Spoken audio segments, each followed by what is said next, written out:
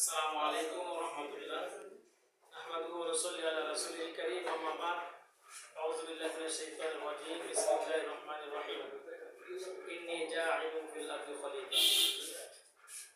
দেশের প্রবাসের কাছের দূরে যারা আজকে আমাদের এই ভিডিওটি দেখতে পাচ্ছেন, আপনাদের সবাইকে বাংলাদেশ খেলাফত মজলিস কালীগঞ্জ উপজেলা শাখার পক্ষ থেকে আন্তরিক মোবারকবাদ এবং ধন্যবাদ জানাচ্ছি।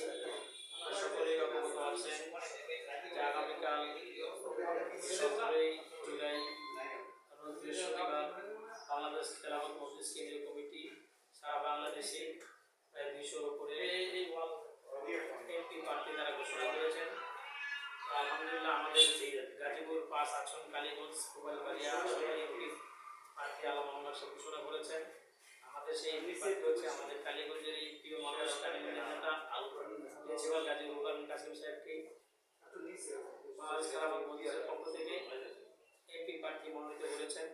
তার এই ধারাবাহিকতায় আমরা নির্বাচনী প্রচারণা এবং শুনানি করতে যাচ্ছি। আগামী 16ই আগস্ট রোজ শনিবার সকাল 9টায় জামগালিয়া ইউনিয়ন আজমতপুর চৌরাস্তায় আমরা সকলে জমা হব এবং বিশাল শোডাউনের মাধ্যমে নির্বাচনী প্রচারণা কার্যক্রম শুরু করবো ইনশাআল্লাহ।